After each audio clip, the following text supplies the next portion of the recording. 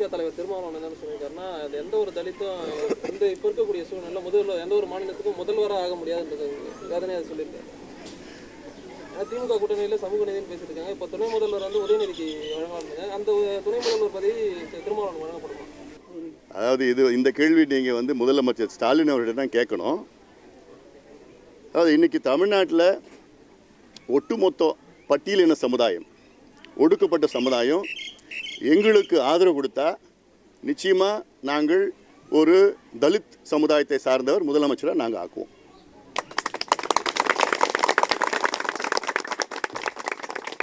இது வெறும் பேச்சு கிடையாது.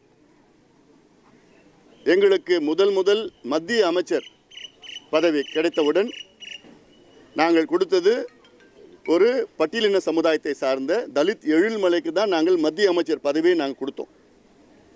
அது எங்களுக்கு கிடைச்ச முதல் அமைச்சர் பதவி. அது நாங்கள் வெறும் பேச்சு மட்டும் இல்லை, நாங்கள் செய்வோம். அதாவது திமுக முதல் ஒரு பட்டியலினத்தை சார்ந்தவர், ஒரு தலித் சமுதாயத்தை சார்ந்த மத்திய அமைச்சர் ஆக்கியது 1999 ராசா. ஆனால் பாட்டாளி மக்கள் கட்சி ஒரு பட்டியலின சமுதாயத்தை சார்ந்த அவரை அமைச்சர் ஆக்கியது 1998. நாங்கள் 98லேயே தலித் சமுதாயத்தை சார்ந்தவர் மத்திய அமைச்சர் ஆக்கிட்டோம். ஆனால் திமுக முதலாக 99 தான் தலித் சமுதாயத்தை சார்ந்தவரை முதலமைச்சர் ஆக்குனாங்க. எங்கள் கட்சியின் பொதுச் செயலாளர் ஒரு தலித் சமுதாயத்தை சார்ந்தவர். எங்கள் கட்சியினுடைய பைலாஸ் அது.